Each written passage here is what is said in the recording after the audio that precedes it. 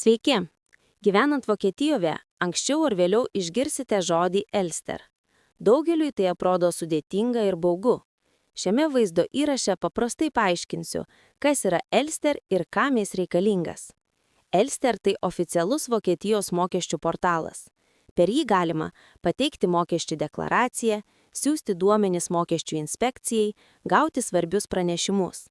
Paprastai tariant, Elster tai asmeninė mokesčių paskyra internetu. Elster dažniausiai reikalingas dirbantiems Vokietijoje, norint susigrąžinti mokesčius, gavus laišką iš Finansamt. Daugelis bijo Elster, nes viskas vokiškai, daug formų, neaiškus terminai. Tai normalu, tačiau viską galima suprasti žingsnis po žingsnio.